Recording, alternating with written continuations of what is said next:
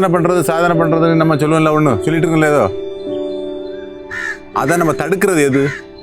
சாதனை பண்ணுறத, நம்ம சாதிக்கிறத தடுக்கிறது எது? முதல் தடுக்கிறது எது? அதுக்கு எதா நினைக்கிறீங்க? இன்ஜுரி. சாதனை பண்ண கரெக்டு தான். சோம்பல், சோம்பேறித்தனம், சரிதானே? அவன் இன்ஜுரின்னு சொன்னான். ஆமாம், இன்ஜுரி நம்மளுடைய வேலை செய்கிறத தடுக்கிறதுக்கான வாய்ப்பு உண்டு. மிகப்பெரிய எதிரி சோம்பல் தான். எவன் ஒருத்தன் சோம்பல்லிருந்து விடுபடுறானோ அவன் அதை விரட்டுறானோ, சோம்பல் தான் நம்ம எதிரி, அதை விரட்டினா சக்ஸஸ் தான். இப்போ அந்த சோம்பலை விரட்டுறது எப்படி? சோம்பலை விரட்டுறது எப்படி? சோம்பல் என்னது? முதல்ல ஒரு மனிதனுடைய 3 குணத்தில் ஒன்று என்ன?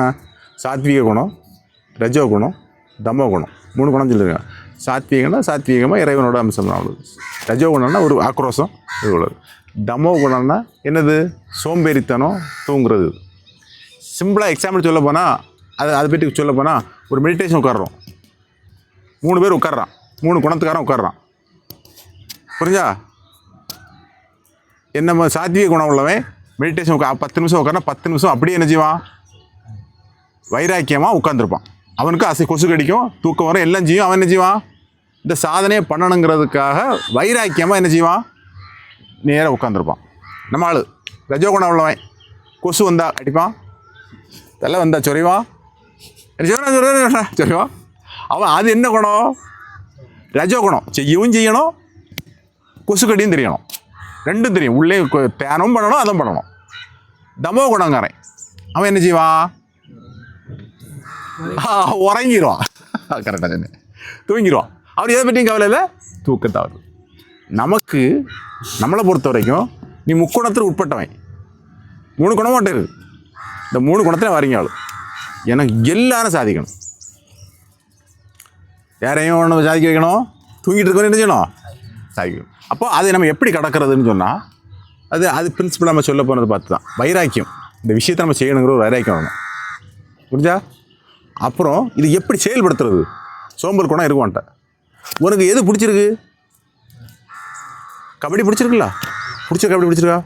எல்லாரும் பிடிச்சிருக்கு. கபடி பிடிச்சிருக்கு, அதை செயல்படுத்தணும். செயல்படுத்துறதுக்கு நம்ம 4:30 மணிக்கு கிளம்புறோம். ஆனால் தூக்கம் வரும்.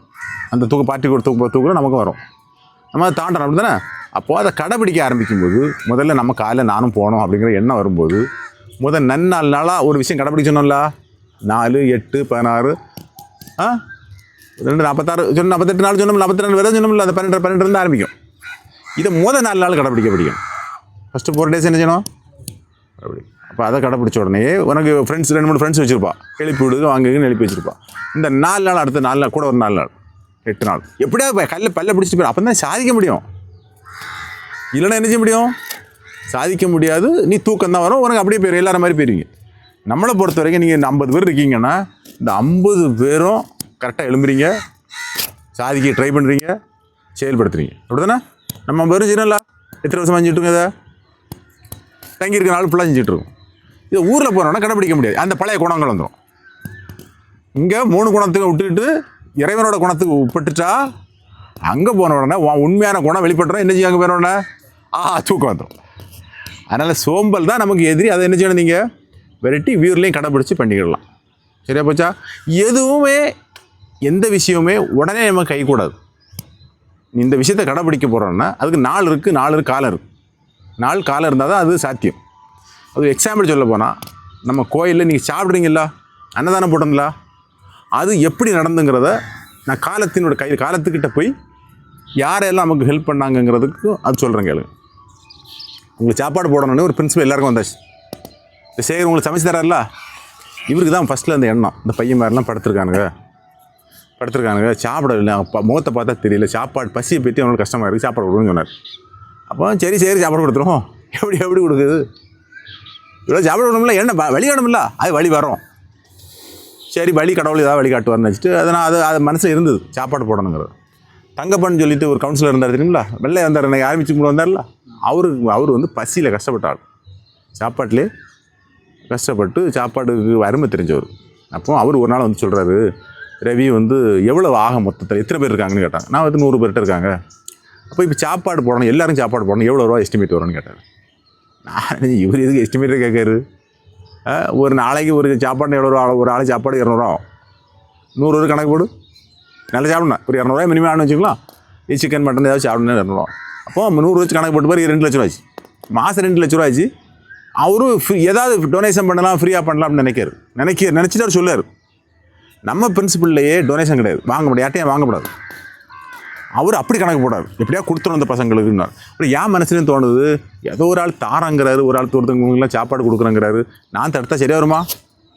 சரியாக வருமா? சரியாக வராது. அப்போ நான் தடுக்கிறதுக்கு எண்ணம் இல்லை, அது மனசில் வச்சுக்கிட்டேன் சாப்பாடு போடணுங்கிறது. அப்போ தான் அதை யோசிச்சு என்ன செய்ய சாப்பாடு போடணும், நம்ம மனசுக்குள்ளே சாப்பாடு போடணுங்கிறது ஒன்று தோணிட்டு, ஒரு 2 வருஷத்துக்கு முன்னாடி தோணிட்டு. அது செயல்படுத்துறதுக்கான காலம் எப்போ எவ்வளோ நாள் ஆயிருக்கு? 2 வருஷத்துக்கு மேலே ஆயிருக்கு செயல்படுத்துறது. அப்போ அந்த காலத்தில் ட்ராவல் பண்ணுறதுக்கு நம்ம எப்படி ட்ராவல் பண்ணணும், எப்படி கடந்தங்கிறது தான் சொல்ல வந்தேன். இப்போ அவரும் சொல்லிட்டு போயிட்டார், இவரும் சொல்லிட்டு போயிட்டார். இப்போ எனக்கு மனசுக்குள்ளே இது வந்து எப்படியா செய்யணும்னு சொல்லி வந்தாச்சு.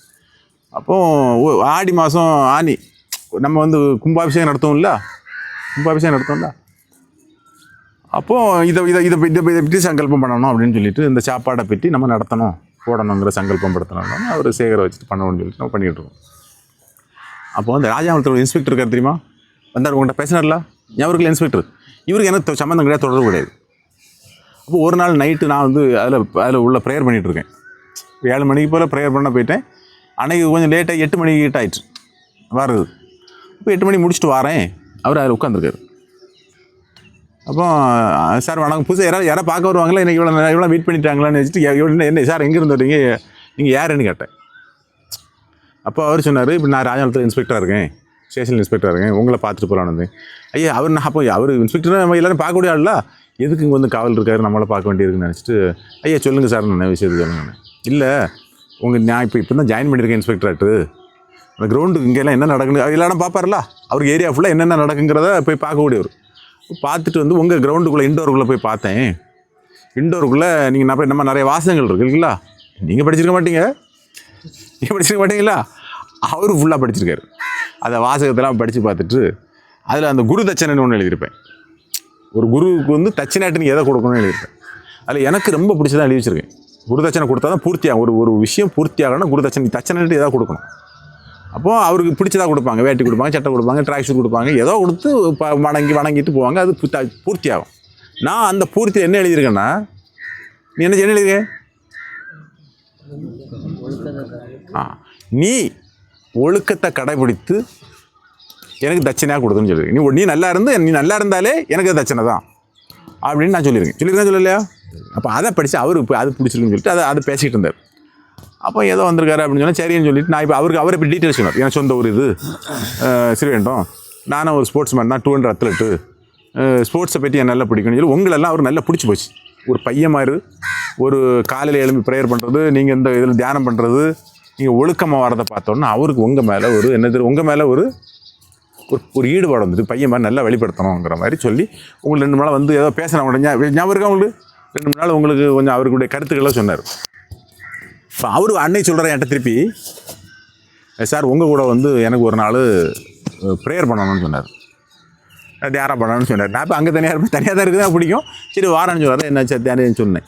இப்போ நீங்கள் என்னைக்கெல்லாம் வாருங்க சார்னு சொன்னேன். எப்போ வரேன்னு கேட்டால் சாயங்காலம் 7 மணிக்கு ப்ரேயர் இங்கே முடிஞ்சிடும், 7:30 மணிக்கு மேலே நீங்கள் எப்போ வேணாலும் வாங்க அப்படின்னு சொல்லி சொன்னேன்.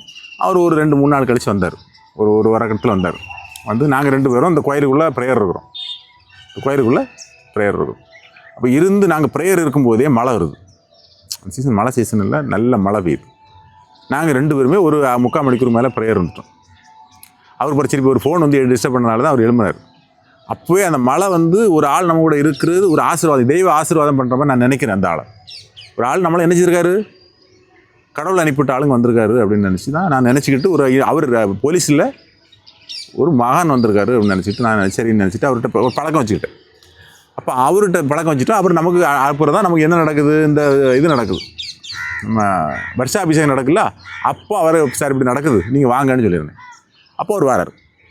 அப்போது நாம் உங்களுக்கு சமைக்கணும்னு சொல்லிட்டு இந்த சேகர் இருக்காருல்ல, சங்கல்பம் பண்ணி சாப்பாடு அம்மைக்கு என்ன செய்ய, நீங்கள் நம்ம சாப்பாடு பொங்குல்ல அதை படைக்கிறாரு. அன்னைக்கு படைக்கிறாரு. படைச்சிட்டு யாருக்காவது கொடுக்கணும் அதை. கரெக்டாக யார் வரா? இந்த இன்ஸ்பெக்டர் அங்கே வரா, அந்த டைம் வராரு. யோசிச்சு பாருங்கள். நாங்கள் இப்போ தான் சங்கல்பம் பண்ணி இந்த உணவை யார்ட்டையா கொடுக்கணும்னு சொல்லுவோம், உங்களுக்கு தான் தாரோம் ஃபஸ்ட்டுன்னு சொல்லி யாருக்கு கொடுக்குறாங்க? அந்த அவருக்கு கொடுத்து நாங்கள் எப்போ ஆரம்பிக்கணும்னு நினச்சோன்னா அந்த ஆடி பெருக்கு இருக்குல்ல, ஆடி பெருக்கு பக்கத்தில் ஆரம்பிக்கலாம், லேசாக முன்னே கொஞ்சமாக சாப்பிட போடலாம்னு சொல்லிட்டு நம்ம சமையல் கூட முதல்ல லேசாக பின்னாடி ஒரு காம்பவுண்டை கட்டுறோம். ஞாபகம் இருக்குங்களா? இப்போ என்ன செய்யும்?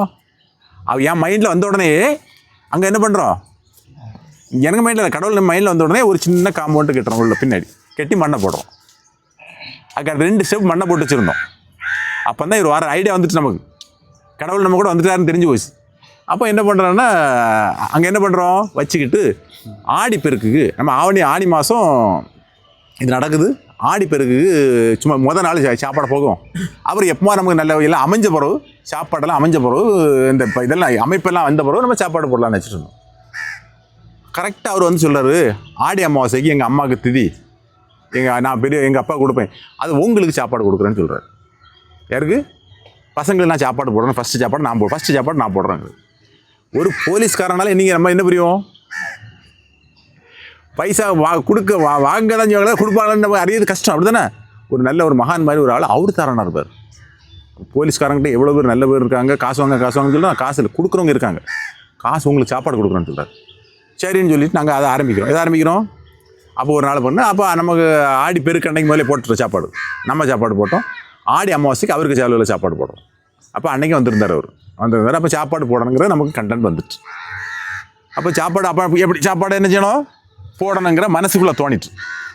அப்போ திடீர்னு அடுத்து ஒரு டைமில் இந்த இது நினைக்க என்ன சரஸ்வதி பூஜை தானே? சரஸ்வதி பூஜை நினைக்க நம்ம உன் பேர் எப்படி? நம்ம பாண்டிச்சேரிக்காரன், பாண்டிச்சேரியிலேருந்து ஒருத்தங்க வந்திருந்தால யார்? பசுபதிட்ட நான் காலைல 6:30 மணிக்கு இங்கே வரேன். அன்றைக்கி வந்து இது ஆடி அந்த என்ன பூஜை? சரஸ்வதி பூஜை. ஆடி அந்த இது ஆயுத பூஜை டைம், 3 நாள் லீவு. அப்போ நான் ஏற்கனவே எங்கெல்லாம் போய் சில கிராமங்களுக்கு போவேன், பார்த்து தெரியுங்களா? உங்கள் 1-2 ராஜபாளையம் கிராமில் வந்து எதுக்கு வந்திருக்கேன்னா ஒரு விழிப்புணர்வு. கபடியை பற்றி நீங்கள் கபடி நல்ல பிளேயர்கள்லாம் கிராமத்தோட பேரக்கூடாது, நாம் தாண்டி வந்து தமிழ்நாடு இந்தியானே ஆடணுங்கிற ஒரு விழிப்புணர்வுக்காக போயிட்டுருப்பேன். அப்போ பசுபதிகிட்ட கேட்குறேன், பசுபதி இன்னைக்கு காலைல கிளம்பிடுவோமா? பாண்டிச்சேரி கடலூர் பார்த்து ஒரு டீம் அடிச்சிடும். அவன்கிட்ட கேட்குறேன், நீ ஃபோன் பண்ண யாருக்கு? கடலூர்லேயும் பாண்டிச்சேரிலையும் ஃபோன் பண்ணி ஏதாவது பசங்களாம் ரெடியாக இருக்காங்களோ சொல்லுன்னு சொன்னேன். அவன் ஒரு 1/2 மணிக்கூரில் ஃபோன் பண்ணிவிட்டு என்ன எல்லாம் ரெடி ஆகிட்டு பசங்க கடலூரில் ரெடியாக இருக்காங்க, நம்ம கடலூர் போயிட்டு பாண்டிச்சேரி போயிட்டு வந்துடலாம்னு சொன்னாங்க. இன்னைக்கு சாயங்காலம் கிளம்புறோம், கடலூர் சாயங்காலம் போயிடலாம். அடுத்தது பாண்டிச்சேரிக்கு நைட்டு காலையில் போயிட்டு நைட்டு வீட்டுக்கு வந்துடலாம்னு சொல்லி நாங்கள் ப்ரோக்ராம் போட்டுட்டு ஃபிக்ஸ் பண்ணிட்டு வரோம். அப்போ கரெக்டாக வண்டியில் இறன்னு சொல்லி நானும் பசுபதி தான் நினைச்சிடும் இங்கேருந்து காரில் போகிறோம். போகும்போதே தங்கணும் இடம்னா அவன் தங்கலானேன்னு சொல்லி ஃபோன் பண்ணி பேசி எடுத்து தங்குற இடம்லாம் ரெடி பண்ணிட்டேன்னு சொன்னான். போக சொல்கிறான், எனக்கு தங்கு இடம் கிடைக்கல. சரி காரில் இருக்கு எங்கேயா தங்கிக்கலான்னு சொல்லிட்டு கிளம்பி போகிறோம். அப்போ நாங்கள் நேராக 4 மணிக்கு எங்கே போயாச்சு? 4:30 கரெக்டாக இங்கேருந்து 7-8 மணிக்கு கிளம்பி 8 மணிக்கு கிளம்பி 4:30 மணிக்கு கடலூர் போயாச்சு. 4:30-5 மணிக்கு கரெக்டாக கடலூர் போகிறோம். கிரவுண்டில் யாருமே இல்லை, பார்த்துக்கிடுங்க. கிரவுண்டில் யாருமே இல்லை. அங்கங்கே இருக்கிறாங்க. பசுபதி என்னாச்சுன்னு கேட்குறேன். ஏன்னா வருவாங்கன்னு சொல்லிட்டாங்க. நின்றுட்டே இருக்கேன். என்னென்னா அந்த ஊரில் என்னென்னா ப்ராக்டிஸ் பண்ணுற ஊரில் மேட்ச்சுக்கு போயிட்டாங்க. என்ன போயிட்டாங்க? மேட்ச்சுக்கு போயிட்டாங்க. ஒரு பக்கத்து ஊரில் ஒரு மேட்ச் நடந்துட்டுருக்கு, எல்லோரும் அங்கே போயிட்டாங்க. நான் திடீர்னு வருவேன்னு சொன்னோம்ல, கண்டிப்பாக நான் வரும்போது அங்கே வந்துடலாம் அப்படின்னு முடிவு பண்ணிட்டு நினச்சிருக்காங்க. அப்புறம் ஏதோ நான் அவசரம் ஒரு 5:30-6 மணிக்கு போல் 5:30 மணி போல் நான் வெயிட் பண்ணிட்டு 5:30 மணி போல் எல்லாம் அங்கேருந்து வந்தாங்க. இப்போ என்னென்னு கேட்டால் மேட்ச் அங்கே குவார்ட்டரில் முடிச்சிட்டோம், உங்களை பார்க்குறதுக்காண்டி எல்லோரும் நாங்கள் வந்தோம். ஒரு 10-20 பேர் வந்தாங்க. வந்துட்டு இன்னும் மேட்ச்சுக்கு போகணும்னு சொல்லிட்டு இருந்தாங்க. இல்லை எனக்காக நீங்கள் பார்க்க வேண்டாம் அப்படின்னு சொல்லிட்டு கொஞ்சம் பேசிட்டு அவங்க நான் வந்த சந்தோஷத்தில் ஒரு கிரவுண்டெல்லாம் போட்டு நீங்கள் பிளேயர்ஸ் விளையாடெல்லாம் பாருங்கன்னு சொல்லி அதெல்லாம் பண்ணாங்க. பண்ணிவிட்டு அவங்க அவசரமாக 6:30 மணிக்கு போல் அவங்க முடிச்சுட்டு கிளம்பிட்டாங்க. நான் நைட் அங்கே ப்ரோக்ராம் வச்சுருந்தேன். சரி என்ன பாண்டிச்சேரி கிளம்பும் அப்படின்னு சொன்னோன்னா கொஞ்சம் நேரத்தை 6 மணிக்கு முடிஞ்சோடனே பக்கத்தில் என்ன இருக்குதுன்னு கேட்டோன்னா வடலூர்னு சொல்லி வள்ளலார் இருக்கார்ல, அவருக்கு இடம் இருக்குது. சரி போயிட்டு போவானுங்க. இப்போ இன்னொருத்தர் சொல்கிறார் 7:30 மணி அங்கே பூட்டினோம் சார்ங்கிறாங்க. அப்போ இங்கே 6 ஆகிட்டு 7:30 மணிக்கு பூட்டினோம். பாண்டிச்சேரி போமா வடலூர் போமா? ஒரு சின்ன கன்ஃபியூஷன். சரி வடலூர் போயிடுவோம், 7:30 மணி தானே, கார் தானே, அந்த இடத்துல வந்து ஒரு 1 ஹவருக்குள்ளே போயிடலான்னு சொன்னாப்பில். அப்போ போயிடுவோம்னு சொல்லிட்டு நாங்கள் என்ன பண்ணுறேன், வடலூர் போகிறேன். வடலூர்னா அந்த இது எனக்கு அந்த தாட்டே வடலூருக்கு போகிறதுக்கு எங்களுக்கு எண்ணமே கிடையாது, ப்ரோக்ராமும் கிடையாது. பாண்டிச்சேரியில் சொல்லிக் கொடுக்குற 2 இடத்துக்கு ப்ரோக்ராம்ட்டு போகிறோம். அப்போ இங்கே கிளம்பி போகிறோம். அங்கே போனோன்னு சொன்னாங்க பூஜை நடக்குது. நான் வண்டி கார் நடத்தணும்னு சொன்னாங்க. சார் நீ சீக்கிரம் போனால் தான் பூஜை முடிக்கும். திரை என்ன இப்போ திரை திறப்பாங்க, திரை போடுவாங்க. திரை திறந்து தான் அங்கே பூஜை பண்ணுறது. அப்போ அந்த பூஜைக்கு போவாங்க, நீங்கள் சீக்கிரம் போங்க சார். நாங்கள் ஓடி வந்து அதில் வந்து போனோம். 7:30 மணி கரெக்டாக. அது ஒரு பாட்டெல்லாம் பாடி அங்கே ஒரு நல்ல ஒரு சாநித்தியமான இடம், வள்ளலார் இருந்த இடம். அப்போ அங்கே வந்து நாங்கள் கொஞ்சம் மெடிடேஷன் உட்காந்துருந்தோம். அப்புறம் பூஜை முடிஞ்சுது. ஒரு 7:45 7:50 ஆயிடுச்சு. ஒரு அரை மணிக்குள்ள அங்கே இருந்தல்ல, டைம் ஆயிடுச்சு. அப்போ சரி நீ கிளம்புன்னு சொல்லிட்டு கிளம்புறோம். அப்போ அங்கே தான் சொன்னாங்க, நீங்கள் இவ்வளோ தூரம் வந்துட்டீங்களா, அவர் சமாதான இடம் இருக்குது, ஒரு 5 கிலோமீட்டருக்குள்ளே இருக்குது, அங்கே போயிட்டு போங்கன்னு சொன்னாங்க. அப்போ இன்னொருத்தர் கேட்கும்போது சொன்னாங்க, இல்லை சார் மூடிடுவாங்க. இதே இங்கே 8 மணிக்கு, இங்கே 8 மணிக்கு க்ளோஸ் பண்ணுவாங்க. அங்கே என்ன பண்ணுவாங்க, 8 மணிக்கு க்ளோஸ் பண்ணிடுவாங்க. சரி நம்ம இனி பாண்டிச்சேரி கிளம்புன்னு சொல்லிட்டு நான் வெளியே வரோம். வெளியே வரும்போது ஒரு ஆள் வராரு. அப்போ அவர் பார்த்தோன்னே, சார் ஏதோ பேசும்போது ஏதோ பேசும்போது சொல்ல, நான் நாகூரில்னார். இப்போ நான் நாகூரில் தான் சொன்னேன். அப்போ என்ன விஷயமா இருந்தேன்னு கேட்டார். இப்படி வேலை வந்து இப்படி வந்து முடிச்சேன், போய் கிளம்புறாங்க. இவ்வளோ தூரம் வந்துட்டீங்களா, அங்கே போயிட்டு போங்கன்னு சொன்னார். இப்போ நான் சொன்னேன், அங்கே போகிறதுக்கு இப்போ 8 மணி பூட்டிடுவாங்களாம்லான்னு. இல்லை வந்துட்டீங்க, 10 நிமிஷம் இருக்கலாம், காரில் வந்தீங்கன்னாரு. அந்த ஆள் பஸ்ஸில் வந்து நினச்சிக்கிறேன், முதல் சொன்ன ஆள். காரில் தானே வந்தீங்க, போங்க, கரெக்டாக இருங்க, 8 மணிக்குள்ளே போயிடலான்னாரு. அப்போ கடவுள் எப்படி வழி நடத்துறாருன்னு பாருங்கள். அப்போ நான் டக்குன்னு என்ன பண்ணுறேன், நாங்கள் ஒரு ஸ்பீடாக வண்டியை எடுத்துகிட்டு நினச்சி அங்கே போகிறோம். அங்கேயும் இதே மாதிரி ஒரு கோயில் இருக்குது, அவர் சமாதானம் நடக்கும் கோயில். அங்கேயும் பூஜை நடந்து முடித்து பூட்ட போகிறாங்க. நான் போகிறேன், பூட்ட போகிறாங்க. அப்போ பூட்ட போகிறாங்கன்னு சொன்னால், அப்போ இந்த கோயிலை பூட்ட போகிறேன், அங்கேயும் சமாதியம் பூட்டிடுவாங்கன்னு சொன்னாங்க. அப்போ நான் ஸ்பீடாக அங்கே போகிறோம். சரி நான் வந்த உடனே அங்கே பூட்ட போனவங்க சொன்னாங்க, கொஞ்சம் வெயிட் பண்ணாங்க. சரி நீங்கள் போங்க, மெடிடேஷன் ப்ரேயர் பண்ணுங்கன்னு சொன்னாங்க. அப்போ நான் உள்ளே போய் என்ன பண்ணுறேன், உள்ளே போய் ப்ரேயர் பண்ணுறேன். அங்கே அரை மணிக்கு தொந்தரவு பண்ணல, பூட்டலை. நான் ப்ரேயர் பண்ணிட்டு நல்லபடியாக முடிச்சுட்டு, நான் ப்ரேயர்னால் எனக்கு ப்ரேயர் அப்போ தான் தோணுது, சாப்பாட்டை பற்றி உங்கள் சாப்பாடு இருக்குல்ல, இது அங்கே வச்சு எனக்கு வருது. ஏன்னா அவரும் சாப்பாடு அன்னதானம் பசியை போக்குனவர். நிறைய மக்களுக்கு ஆயிரக்கணக்கானவருக்கு பசியை லட்சக்கணக்கானவர் பசியை போக்குனவர். இன்னும் அவர் வச்ச அடுப்பு வந்து இன்னும் என்ன செய்யலை, அணையில. இப்போ கடவுளை இப்படி தான் நடக்குதே, நமக்கும் அதே மாதிரி ஒரு அணையாவோட கூட தர மாட்டியா அப்படின்னு அங்கே நான் ப்ரேயர் பண்ணுறேன். ஏன்னா அவர் தானே அதுக்கு அதிபதி, பசியை போக்குன அதிபதி அவர். அப்போ நினச்சிட்டு இருந்தேன், மனசுக்கு நினச்சிட்டு அப்படியே நினச்சதேன். ப்ரேயர் பண்ணிவிட்டு நாங்கள் வந்து நல்லபடியாக அவர் அந்த உள்ளுக்குள்ளே நான் மட்டும்தான் இருக்கேன், நானும் பசுபதி மட்டும்தான் இருக்கேன். எப்படி அப்படி இவ்வளோ காமாக அவருக்கு சமாதி இடம் அந்த வாசல் இருக்குது, அவர் சமாதியான வாசல் இருக்குது, நேரம் என்னென்ன இருக்கேன், எந்த இடைஞ்சலும் இல்லை எனக்கு. அவ்வளோ அழகான ப்ரேயர் வந்து முடிச்சுட்டு சொன்னாங்க, அவர் வந்து இன்னொரு அதிசயம் செஞ்ச இடம் இருக்குது, அவர் குளிச்ச இடம், ஒரு இடத்துல போய் நின்று பல்லு விளக்குனார். யாரோ கிண்டல் பண்ணியிருக்காங்க அவரை, தண்ணி இல்லை நீங்கள் தண்ணி கொண்டாடுங்க, தண்ணி எடுக்க முடியுமான்னு சொல்லியிருக்காங்க. அப்போ எல்லாரும் என்ன பண்ணியிருக்காரு, இந்த குச்சி இருக்குல்ல, அந்த குச்சை வச்சுட்டு ஒரு இடத்துல நினைஞ்சிருக்காரு, கீச்சு குச்சை வச்சு தோண்டியிருக்காரு, அதில் தண்ணி வந்துருக்கு. அதனால தான் அவர் பெரிய மகான்ங்கிறது அதுதான். அப்போ அந்த இடத்தையும் பாருங்கன்னு சொன்னால் அந்த இடத்துலையும் போய் தரிசனம் பண்ணிவிட்டு நான் கிளம்பி பாண்டிச்சேரி போயிட்டேன். அப்போ ஒரு செயல் நடக்கிறதுக்கு முன்னாடி நமக்கு அனுகூலமான ஒரு செயல் நடக்குது பாருங்கள். அந்த அனுகூலமாக செயல் நடந்ததா, அதுதான் இறைவன். நான் அதை முடிச்சுட்டு அங்கேயும் ஆரோவில்னு ஒரு இடம் இருக்குது, அங்கேயும் கடவுள் கிருபை நடந்தது. அங்கேயும் பாரதியார்னு சொல்லிட்டு அவர் ஒரு குருவோட இருந்தார், அந்த குரு இடத்தையும் பார்க்க முடிஞ்சது. எல்லாமே சாநித்தியமாக முடிஞ்சு நான் வந்துட்டேன். அப்போ திருப்பி நாங்கள் இங்கே அது ஒரு எண்ணம் நிறைவேறினது இருக்குது. அப்புறம் திருப்பி இங்கே வந்து அந்த சமையல் வேலைகள்லாம் கொஞ்சம் முடிச்சு பில்டிங்கெல்லாம் போட்டோம் தானே. அப்போ சென்னையிலேருந்து ஒரு ஆள், எங்கள் மாமாவுக்கு ஃப்ரெண்டு ஒரு ஆள் வராரு. ஒரு நாள் ஒரு சந்தர்ப்பம் அப்படி வருது, ராமர் வழியாக வருது. இன்னொரு சந்தர்ப்பம் வருது, அந்த அருள் பிரகாசன் ஒரு ஆளுந்துருல பார்த்தீங்களா, உங்களுக்கு ஒரு ஆள் சமையல் உங்கள்கிட்ட பேசி எடுத்து நல்லா பேசிட்டு போனார்ல, அவர் ஒரு நாள் வராரு. இப்போ அவருக்கு இது சம்மந்தம் கிடையாது, அவருக்கும் இந்த கன்னியாகுமரி சம்மந்தம் கிடையாது. ஆக்சுவலாக எங்கள் மாமா வீட்டுக்கு வராரு, ஒரு கராத்தேக்காரரு. இங்கே சும்மா டூர் வராரு. டூர் வந்தவர் இந்த இடத்த பார்க்குறாரு. அவர் உங்களெல்லாம் பிடிச்சி போச்சு, இதே மாதிரி உங்களை பிடிச்சி போச்சு. அப்போ அவர் சொல்கிறாரு, இப்போ இதை பற்றி என்ன செய்ய போகிறீங்க, இது இந்த எண்ணத்தை எது கட்டிக்கிட்டுருங்கன்னு கேட்டார். இப்படி சமையல் கூடம் இருக்குது, சாப்பிடறதுக்கு போடலான்னு நினச்சிட்டுருங்க சார். இப்படி இல்லை, அவர் சொல்கிறார், ஐயா நான் வந்து இது இப்படி எங்கள் வீட்டில் வந்து 100 பேர் டெய்லி அன்னதானம் கொடுக்குறேன். நான் வள்ளலாருக்கு இதில் அங்கே வந்து நான் பள்ளி வச்ச ஒரு இடம் சொன்னல, அங்கே ஒரு பில்டிங் கட்டி கொடுத்து அங்கேயும் அன்னதானம் போடுறதுக்கு நாங்கள் ரெடி பண்ணி கொடுத்துருக்கோம். நாங்கள் ஒரு அமைப்பு இருக்கோம், இந்த மாதிரி நிறைய பேர் ஹெல்ப் பண்ணி கொடுக்குறோம் இந்த மாதிரின்னு சொன்னார். அப்போ வந்தது கரெக்டு தான். அப்போ நானும் பண்ண நினச்சிருக்கேன், ரொம்ப கஷ்டம், இது எப்படி பண்ண போகிறேன்னு எனக்கு தெரியலன்னு அவர் சொல்கிறாரு. அவர் வள்ளலாரே அந்த மாதிரி, சார் இது நம்ம மனிதனுடைய அடுத்த நிலையை நோக்கி பயணம் பண்ணுறது. நீங்கள் பையன் மாதிரி இப்படி பண்ணிக்கிட்டு இருக்கீங்க, உங்களை அடுத்த கட்டத்தை நகட்டுறதுக்கு தான் இது வருது, நீங்கள் விட்டுறாதுங்க, இதை பண்ணிடுங்கட்டார். பண்ணியிருக்கேன்னு சொல்லி அவர் சொல்லாரு, நான் எல்லாம் பண்ணுறேன், எனக்கு அதுக்குள்ளே ஆர்கனைஸ் இருக்குது, நான் எல்லாமே ஹெல்ப் பண்ணுறேன்ட்டார். நமக்கு தான் அடுத்த வாங்குற ஐடியா கிடையாது. அப்போ உடனே எனக்கு மைண்டில் அந்த வள்ளலாரே வந்து சொல்ல மாதிரி எனக்கு ஒரு ஃபீல். அப்போ அவர் வந்தார், எல்லாம் பாத்திரத்தில் வாங்கன்னு சொன்னார், எல்லாம் வாங்கிட்டார். உங்களை பாத்திரம்லாம் கழிட்டு இருந்தார் பார்த்தீங்களா? நீ அவர் கழுவு இல்லை, வள்ளலாருடைய ஆசி, வள்ளலாருடைய எண்ணம், வள்ளலாருடைய மனசு, வள்ளலாரே வந்து நமக்கு என்ன செய்யறது, சாப்பாடை போடுறாரு.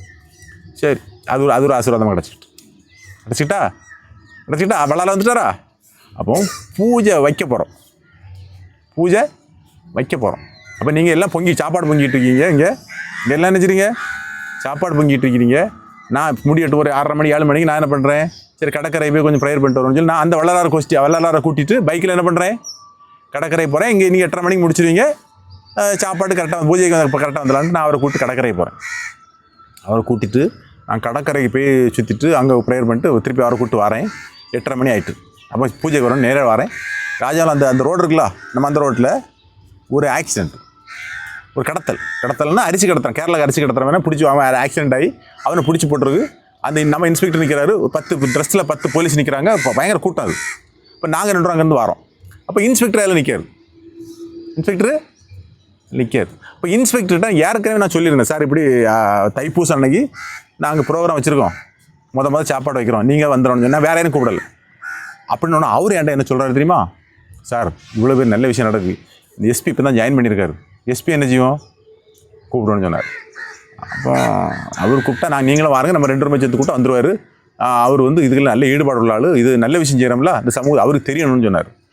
நான் யோசித்தேன், அவரை கூப்பிட்டா அவர் விஐபில, அவரை கூப்பிட்டா நம்ம அதுக்கு அந்த மாதிரி நடக்கணும், நமக்கு அவருக்கு முக்கியத்துவம் கொடுக்கணும், சரி அதெல்லாம் அவர் கவனிக்கணும், எல்லாம் வந்து நல்ல போகிற வரைக்கும் நமக்கு அந்த டென்ஷன் இருக்கும், இங்கே உங்களுக்கு சாப்பாடு கொடுக்க பண்ண முடியாதுன்னு ஒரு தாட் இருந்துட்டு என்ன செய்யணும்னு நினச்சிருந்து இவர் சொல்லிட்டார் வரேன்ட்டு. அப்போ அவர்கிட்ட நான் அவரை கான்டாக்ட் வைக்கல. அவர் யாரை கான்டாக்ட், இன்ஸ்பெக்டர் நான் ஃபோனில் பேசல, எஸ்பி கூட ப்ரோக்ராம் கேன்சல் போய்போச்சு, கூப்பிடல. நான் என்ன யாரையும் கூப்பிடல, நம்ம கெஸ்ட்டுன்னு யாருமே கூப்பிடல. அந்த வள்ளலார் மட்டும் சென்னையிலேருந்து வந்திருந்தேன். அப்போ நான் என்ன பண்ணேன்னா அங்கேருந்து வந்துட்டு இருக்கோம், இவர் அங்கே நிற்காரு. தலைவர் அங்கே சாப்பாடு வரணும் இன்னைக்கு. அப்படியா, நான் உங்களுக்கு ஃபோன் அடித்தேன் காலையில் 6 மணிக்குன்னு ஃபோனை காட்டுறாரு, அந்த இடத்துலேருந்து காட்டுறாரு. என்னன்னு கேட்டேன், எங்கள் சுவாமிகள் வந்திருக்காங்க, எனக்கு குருஜி வந்திருக்காரு. அப்போ அவரை பார்த்துட்டு போயிடுவார். சரி என்னடா இது இப்படி சொல்லாரு, நமக்கு உங்களுக்கு அவசரம் வந்துட்டு இருக்கேன். அப்போ அவர் சொன்னேன், அங்கே எங்கே ஹோட்டல்ஸில் இருக்கார், அவரே பார்த்து வாருங்கன்னு சொன்னார். சரின்னு சொல்லிட்டு அவர் இப்படி சொல்லாருன்னு சொல்லிட்டு அவரை பார்க்க போகிறேன். அவரை பார்த்து கொஞ்சம் நேரம் பேசிக்கிட்டு இருந்தோம். அவர் இப்படி உங்களுக்கு நாங்கள் இப்படி தைப்பூசம் இப்படி பொங்கல் வைக்கணும், பசங்களாம் இருக்காங்க, உங்களை அன்னதானம் போட்டால் நீங்களும் வந்தால் சுவாமிகள் வந்தால் நல்லா இருக்குன்னு சொன்னேன். அதுக்கு என்ன வந்தால் போச்சு அப்படின்னாரு. அவர் இதுக்கே வரல, ப்ரோக்ராமில் இல்லாமல் இங்கே வந்து என்ன பண்ணுறாரு, இங்கே வந்துடுறாரு. கரெக்டாக அந்த நீங்கள் படைக்கிறதுக்கு நான் வாரேன், படைக்கிறதுக்கு யார் கொண்டு வரா, சேகர் அந்த சாமி படைக்கிற கொண்டு வராரு. இவர் வந்து அந்த சாமிக்கு படைச்சி இவரே பூஜை பண்ணி முடிச்சு போகிறார். அப்போ இது யார் வரா யோசிங்க, நான் கூப்பிடல, நம்ம அழைக்கல, யார் வரா, கடவுளே வந்து உங்களுக்கு பூஜை வச்சு செஞ்சுட்டு போகிறார். அந்த இடம் அப்படிப்பட்ட இடம் இல்லை, நீ கரெக்டாக இருக்கு. அப்போ ஒரு செயல் செய்யும்போது கடவுள் நமக்கு எப்படி நம்ம கூட வராருன்னு பாருங்கள்.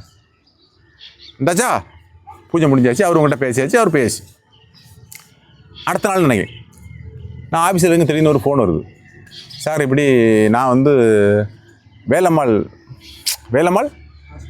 ஹாஸ்பிட்டல்லேருந்து வர்றோம், உங்களை பார்க்க வீட்டுக்கு வந்திருக்கோம், நீங்கள் இல்லை ஆஃபீஸ் போயிட்டான்னு சொன்னாங்க, நான் உங்களை ஆஃபீஸ் வந்து பார்க்கலாமான்னு சொன்னாங்க.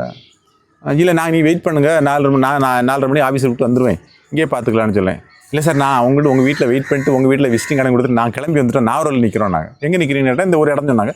இல்லை எனக்கு ஆஃபீஸ் பக்கம் தான் சொன்னால் வந்துட்டார். வந்து நம்ம எத்தனை வருஷமாட்டே என் மனசில் இருக்கிறதே உங்களுக்கு ஒரு அடிபட்டால் என்ன செய்யுது, இன்சூரன்ஸ் எடுக்கலாமா ட்ரை பண்ணேன், வேறு எதாவது பண்ணலாமா ட்ரை பண்ணேன், யாரையா பிடிக்கலாமா ட்ரை பண்ணேன், ஒன்றும் சக்ஸஸ் ஆகலை. எல்லாம் காசு ஒரு ஆப்ரேஷன் 1.5 லட்சம் 2 லட்சம் கேட்குறான். 2-3 நம்ம ஆப்ரேஷன் பண்ணோம், எல்லாம் ஜோசிக்கெலாம் ஆப்ரேஷன் பண்ண 2 லட்ச ரூபா. அப்போ அந்த மாதிரி நினச்சி ஒன்றும் செய்ய முடியாதுன்னு மைண்டில் இருக்கேன். கடவுளே கொண்டு அவர் ஒரு ஆளை விட்றா இருப்பாங்க. 2 பேர் ஆஃபீஸ் வராங்க, வேலம்மாளில் இருந்து வராங்க. அவங்க எங்கள் வீட்டிலேயே உங்களையும் பார்த்துருக்காங்க, உங்களாம் பார்த்தாங்களா, உங்களை அங்கே பார்த்துருக்காங்க, எல்லோரும் பார்த்து ஃப்ரெண்டு பையன் பார்த்து பேசணும்னு சொன்னார். பார்த்து பேசிட்டுன்னு சொல்கிறாரு, சார் இப்படி நாங்கள் வேலம்மாலேருந்து வரோம், நீங்களும் நாங்களும் டையை வச்சுக்கிடுவோம், ஒரு இன்சூரன்ஸ் எல்லாம் இருக்குது, அதில் பண்ணிக்கிட்டால் பையன் மாதிரி பண்ணி கொடுக்கலாம், கொஞ்சம் பணம் கொஞ்சம் பணம் கட்டணும், நீங்கள் பண்ணிக்கிடுங்கன்னு சொன்னார். இப்போ நான் சொன்னேன், தலைவரை நம்ம பசங்கள்கிட்ட ஒரு காசு கிடையாது, காசே கொடுக்க மாட்டோம், ஃப்ரீயாக பண்ணித்தர முடியுமா, ஏதாவது வழி இருக்கான்னு கேட்டேன். அப்படி தான் கேட்டேன், ஃப்ரீயாக பண்ணித்தர வழி இருக்கான்னு கேட்டேன். சார் ஃப்ரீயாக நாங்கள் பண்ணி கொடுக்கல, நாங்கள் கபடி பிளேயர்ஸுக்கும் ஒரு இது வச்சுருக்கோம், ஒரு இன்சூரன்ஸ் பாலிசி மாதிரி வச்சுருக்கோம், அது மாதிரி பண்ணி கொடுக்குறோம், அந்த கலைஞர் காப்பீட்டு திட்டத்தில் பண்ணி அதுலேயும் கொஞ்சம் கொடுக்கணும், நீங்கள் கொஞ்சம் கட்ட வேண்டியிருக்குன்னு சொன்னார். நான் வந்து எங்கள் பசங்களுக்கு நீங்கள் எங்களை என்னை பற்றி கேள்விப்பட்டிருக்கேன், எங்கள் யூடியூப்லாம் பார்த்தேன், அதெல்லாம் பார்த்தேன்னு சொன்னால் எல்லாம் சரி தான். எனக்கு பிரயோஜனம் இல்லை, எனக்கு பிரயோஜனம் இல்லை, உங்களுக்கு பிரயோஜனம் இல்லை அப்படின்னா அப்போ இப்படி கேட்டேன், இப்படி இன்ஜுரி இருந்துச்சுன்னு கேட்டேன். என்ன சொன்னார், சார் நீங்கள் யாரை சொன்னால் அவர் வந்துட்டு அழிக்க வந்துட்டார், நீங்கள் யாரை சொன்னாலும் என்ன செய்கிறேன் யாருக்கு எந்த ஆளை சொன்னாலும் கபடி பிளேயர் இல்லை யாரை சொன்னாலும் உங்களுக்கு வந்து நான் ஃப்ரீ பண்ணி கொடுக்குறேன்னு. அப்போ நான் கேட்டேன், மருத்துவத்தில் நீங்கள் வந்து ஒரு காலேஜ் நடத்துகிறீங்க, படிக்க அழைச்சி ஆப்ரேஷன் பண்ணிடக்கூடாது. நீங்கள் படிக்க அழைச்சி ஆப்ரேஷன் எப்படி பண்ணி டெஸ்ட் எடுத்துடக்கூடாது. எனக்கு வந்து தரமான மருத்துவம் கொடுப்பீங்களா, நல்ல ப்ரொஃபஸரை வச்சு நல்ல ஆள் வச்சு ஆப்ரேஷன் பண்ணி எனக்கு ஸ்பெஷலாக கவனிப்பீங்களா. ஏன்னா ஸ்போர்ட்ஸ்மேன் இன்ஜுரி இருந்தால் அதை கரெக்டாக கவனிச்சா தான் முடியும், நீங்கள் எதாவது ஏனோ தானே பண்ணிடக்கூடாதுன்னு சொன்னேன். இல்லை சார், நீங்கள் சொல்கிற ஆள் தரமாக பண்ணி கொடுக்குறோம், அந்த ஃபஸ்ட் கிளாஸ் ஃபெசிலிட்டிஸில் பண்ணி கொடுக்குறோம், உங்களுக்கு ஃப்ரீன்னு சொல்லிட்டார். அப்போ எப்படி ஒரு சம்பவம் நடந்து நமக்கு அடுத்தது அங்கீகாரம் கிடைக்குது பாருங்கள். அப்போ அவர் சொல்கிறார், வேலம்மாள் வந்து அவர் சொல்கிறார், அவருக்கு ஓனர் வந்து அவருக்கு வெற்றியின் ரகசியம் வந்து காலை 4:30 மணி தானா. ராமலிங்கம் அவர் பேர் ஏதோ பேர்னா தேவையில்லை, அவருக்கு பேரை வந்து நம்ம கிரவுண்டை பார்க்க வரேன், உங்கள் கிரவுண்டுக்கு வரேன் அப்படின்னு சொன்னார். சரி வாங்க தாராளம் வாங்கன்னு சொல்லி என்கிட்ட நீங்கள் ஃபோன் நம்பர் கொடுத்து எப்போ வேணாலும் வாங்கன்னு சொல்லிட்டு ஒரு கிஃப்ட் கொடுத்தாரு. என்ன செய்தார், ஒரு கிஃப்ட் கொடுத்தாரு. நான் கிஃப்ட் அதிகம் என்ன செய்ய மாட்டேன், யாரையும் வாங்க மாட்டேன். அப்போ சரி கிஃப்ட் கொடுக்காருன்னு சொல்லிட்டு என்ன செய்தேன், சரி வச்சுட்டு போட்டு, சரி இவ்வளோ நமக்கு செய்யார, இவ்வளோ உங்களுக்கு உதவி செய்கிறார அப்படின்னு போட்ட மாதிரி அந்த கிஃப்ட் ஒரு சின்ன ஒரு இதுக்குள்ளே இருந்தது. சரி வாங்கியால் வச்சுட்டு அவர் போயிட்டார். என்ன அவர் போனோன்னா கொஞ்சம் கழிச்சு பார்த்தேன், என்ன அது திறந்து என்னடா இருக்குன்னு பார்ப்பேன்னு சொல்லி ஆசை இருக்கும், உங்களை மாதிரி ஆசை இருக்குங்களா, திறந்து பைய பார்த்தேன். அங்கே ஒரு காமதேனு பஸ் இருக்குது, பசுமாடம் கண்டு காமதேனு பஸ் ஒரு இது. இப்போ அதை பற்றி எனக்கு தெரியும், கொஞ்சம் முதல்ல தெரியாது. இதை பற்றி நம்ம வந்து ஆக்சுவலாக வந்து நம்ம வந்து நான் ஒரு உங்களை மாதிரி நாத்திகம் தான், பெரியார் வாய் தான், 30 பெரியார் வாய் தான். 30 வயசுக்கு பிறகு தான் ஆன்மீகத்தை பற்றி என்னன்னு கொஞ்சம் கொஞ்சமாக தெரிஞ்சுக்கிட்டு இருக்கேன், இன்னும் போயிட்டுருக்கேன்னு வச்சுக்கோங்க. இப்போ இந்த காமதேனு பஸ்ஸை பற்றி ரொம்ப நாளுக்கு பிறகு தெரியும் எனக்கு. அந்த பசு, அந்த காமதேனு பசுக்கு இப்போ ஒரு பிரின்சிபல் இருக்குது. பிரின்சிபலில் அது காமதேனு பசு என்னென்னு இருக்குது. காமதேனு பசு எதுன்னா, தேவர்கள் அசுரர்கள் 2 பேர் இருந்தாங்களா, இருந்து தெரியுமா உங்களுக்கு? தேவர்கள்னா நல்லவங்க, அசுரர்கள் கெட்டவங்க அப்படின்னு இருக்கு. நல்லவங்க கெட்டவங்க சேர்ந்து ஒரு கடலை நினைச்சுவாங்க, பால் கடலை கடைவாங்கல்ல, ஒரு பாம்பு வச்சு கடைவாங்க தெரியுமா, அது கதையாட்டு போய் உள்ளே போனா கடையும் போது அதிலிருந்து வரக்கூடியது, அதில் அமிர்தத்தை கடைவாங்க. அந்த அமிர்தம் கொடுத்தா சாவே கிடையாது, அது நிறைய பலம் பண்ணுறது அப்படின்னு அந்த அமிர்தத்தை பெறுறதுக்காக தான் பண்ணுவாங்க. அந்த அமிர்தத்தை கடையும் போது அதுலேருந்து ஒவ்வொன்றா வந்துக்கிட்டு இருக்கும். ஒவ்வொரு சாப்பாடு, ஒரு மரம், பசு, ஒவ்வொன்றா வந்துக்கிட்டு இருக்கும். அதில் வந்ததில் ஒன்று தான் காமதேனு பசு. இந்த தேனு பசு இருக்க இடத்துல பசி இருக்காது, எது வேணாலும் கிடைக்கும். அப்படி ஒரு விசேஷமான பசு, அமுத சுரபி, அது கேட்க தரக்கூடிய அவகான பசு, அதை கொண்டு தந்திருக்காரு.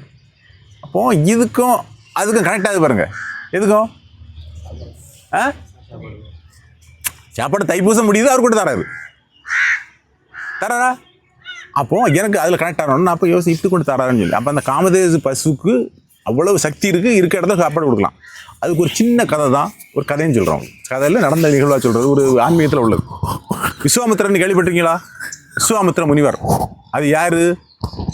ராமருக்கு குரு, அப்படி தானே? அப்படி தான் நீங்கள் அறிஞ்சிருப்பீங்க. ராமருக்கு குருவாக இருந்தவர் தான் விஸ்வாமித்திரர். அவர் முனிவர் இல்லை, ஆக்சுவலாக ஒரு அரசன். இவர் என்ன பண்ணுறாரு, ஒரு டைமில் வசிஷ்டர் முனிவர்னு ஒரு ஆள் இருப்பார். வசிஷ்டர் முனிவர், அவர்கிட்ட இந்த காமதேனு பசு இருக்கும். வசிஷ்டர் முனிவர். அப்போ வசிஷ்டரை பற்றி எனக்கு தெரியாது, காமதேனு பசுன்னு தெரியாது. நான் வந்து இமாலயஸ் அடிக்கடி போவேன், ரிஷிகேஷ் போவேன். அப்போது அந்த ஆசிரமத்துக்கு தான் நான் போவேன். ஆக்சுவலாக போனால் வசிஷ்டர் குகைன்னு ஒன்று இருக்குது, ரிஷிகேஷ்லேருந்து கொஞ்சம் தூரத்தில், புரிஞ்சா? அப்போ என்னையும் வசிஷ்டரையும் அந்த காமதேனு பசு எல்லாம் லிங்க் பண்ணுது பாருங்கள், நமக்கு பசிக்கெல்லாம் லிங்க் பண்ணுது பாருங்கள். அங்கே தான் போவேன், அங்கே போய் தான் ப்ரேயர் இருந்துடும். 4-5 இடம் போயிருக்கேன்னு வச்சுக்கோமா. அந்த இடத்துல பசுலாம் கட்டி போட்டுருக்கு, குகை இருக்குது. வசிஷ்டர் இருந்த இடம் இருக்குது, அருந்ததி தேவி அது பக்கத்தில் ஒரு குகை இருக்குது, கங்கை பக்கத்தில் இருக்குது. இந்த ஆசிரமத்துக்கு யார் போகிறா? விஸ்வாமித்திர அன்னை போகிற ஆசிரமத்துக்கு. நான் போன இடத்துக்கு விஸ்வாமித்திர அது எத்தனை வருஷத்துக்கு போகிறாரு? பழைய காலத்தில் போகிறார். போகிறவருக்கு அங்கங்கே வேட்டையாடிட்டு போனவர், படையோட போனவர், பசி. இப்போ வீட்டு ஏதாவது பசிக்கு சாப்பாடு கிடைக்குமான்னு கேட்ட உடனே அவர் உடனே ஓகே எவ்வளோ வாருங்க சாப்பாடு கொடுக்குறேன். ஏன்னா பசு இருக்குது, காமதேனு பசு இருக்குல்ல. கேட்க அறுசுவை உடந்தோட படைப்பு சாப்பாடு நல்லா சாப்பிட்டாங்க. அவருக்கு அரசருக்கு விஸ்வாமித்திரருக்கு மனசுக்குள்ள இந்த பசு இவர்கிட்ட எதுக்கு தேவையில்லாமல் இருக்குது, எது கேட்ட ஒரு முனிவர்கிட்ட எதுக்கு தேவை இருக்குது? முனிவர் சன்னியாசி தானே, அவருக்கு தேவையில்லை, நம்ம நாட்டு அரசம் இல்லை, நமக்கு நம்மகிட்ட இருந்தால் நல்லா இருக்குமான்னு கேட்டு பார்த்தாரு. அவர் யார்கிட்டையும் யாரும் வராது, அது என்கிட்ட மட்டும் தான் இருக்கும், நீங்கள் வராதுன்னு சொன்னோன்னா அவர் சரி போயிடுவார். போன விஸ்வாமித்திரர் அவர் ராஜா இல்லை, அவர் தரமாட்டாரா, நம்ம பசுவை பிடிக்கிட்டு வந்துடலாமே அப்படின்னு படம் எடுத்து போகிறாரு. ஒரு படைகளை அனுப்பி விடுறாரு. பெரிய படம் போகுது, அதை எடுத்துகிட்டு வர்றாரு. அதை போன இவர் பார்த்தாரு. காமதேனு பசுக்கிட்ட பசு என்ன கேட்டாலும் கொடுக்கும், சாப்பாடு மட்டும் இல்லை, எது கேட்டாலும் கொடுக்கும், வீரத்தையும் கொடுக்கும். அதான் அந்த இடத்துல நீங்கள் இருக்கிறீங்க. பசுக்கிட்ட ஒரு படை அது உடனே படை ப்ரொடியூஸ் பண்ணி ரெண்டும் சண்டை. காமதேனு பசு ஒரு உற்பத்தி பண்ணி படை வீரர்களை உற்பத்தி பண்ணி காமதேனு பசுக்குள்ள பார்ட்டிகளுக்கும் இவருக்கும் சண்டை. அடித்து விரட்டி என்ன தோசம் பண்ணிட்டு யார விஸ்வாமித்திர கோஷ்டியை. அவருக்கு சங்கடம் ஆனால் தாங்காது. ஒரு முனிவர், சாதாரண முனிவர், இவருக்கு இவ்வளோ பவர் இருக்கா, இப்போ நான் அரசனாக இருந்து என்ன பிரயோஜனம் அப்படின்னு அன்னைக்கு தான் அவர் அரச பதவி கூற போட்டுட்டு எங்கே போகிறாரு, அவர் சன்னியாசம் போகிறாரு. அவர் தியானத்துக்கு போகிறாரு. தவத்துக்கு போய் தவம் இருந்து இத்தனை வருஷம் தவம் இருந்து அவர் மாமுனிவர் ஆகிட்டார். அப்புறம் ரெண்டாவது கதை அங்கே ஒன்று இருக்குது. காமதேனு பசு எதுவும் கொடுக்க பசு எங்கே இருக்குது, இங்கே இருக்குது. இதை கொண்டு நான் நினச்சிட்டேன் உங்கள்கிட்ட வந்து இங்கே ப்ரேயரில் வைங்க, எனக்கு தந்தேன் உங்க என்ன ப்ரேயரில் வைங்கன்னு வச்சுட்டேன். ஒரு 3 நாள் கழிச்சு நான் அதில் உட்காந்துருக்கேன். நான் ராயதுரையில் உட்காந்துருக்கேன். நான் ராயதுரையும் நீங்கள் சாப்பிட்ருக்கீங்க உள்ள, நீங்கள் என்ன செய்ய, நீங்கள் சாப்பிட்ருக்கீங்க. ஸ்கூல் பையன் மாதிரிலாம் சாப்பிட ஓடி வரான். ஸ்கூல் பையன்மாரோட ஸ்பீடாக 3 பஸ் வருது. ஸ்பீடாக 3 பஸ் என்ன இருக்குது சாப்பிட. அப்போ நான் பார்த்தேன், சாட்சாத் இறைவனே இங்கே வந்துட்டாரு. காமதேனு பசு இறைவனோட வந்து எங்கே நினைச்சார், நம்மகிட்ட ஓடி வந்து நினைச்சாரு. நீங்கள் அந்த கொடுக்க காய்கறி, அந்த பழங்கள் அதெல்லாம் வேஸ்ட் வச்சுருந்தீங்களா, அழகாக இருந்து சாப்பிடு, போட்டு சாப்பிடு. எவ்வளோ பெரிய கருணை பாருங்க கடவுளுக்கு. புரிஞ்சா தம்பி? அப்போது ஒரு செயல் செஞ்சால் அதுக்கு பலன் நமக்கு உடனே கிடைக்காது. நீ எதையும் எதிர்பார்க்காம ஒரு வேலையை செய், உனக்கு பலனை கொடுப்பாரு. நீ இருக்க இடம், நீ அப்படிப்பட்ட இடத்துல இருக்கா, அப்படி எந்த சூழலில் இருக்காங்கிறத புரிஞ்சுக்கிடுங்க. உனக்கு கிடைக்கிறதெல்லாம் வெட்டி தான் கிடைக்கும். நீ முதல்ல என்னதை விடணும், சோம்பலை விடணும். விட்டால் எல்லாம் கிடைக்கும். முதல் நம்பணும். வைராக்கியமாக எல்லாம் என்ன செய்யணும், கடைப்பிடிக்கணும். எல்லாம் சக்ஸஸ் தான்.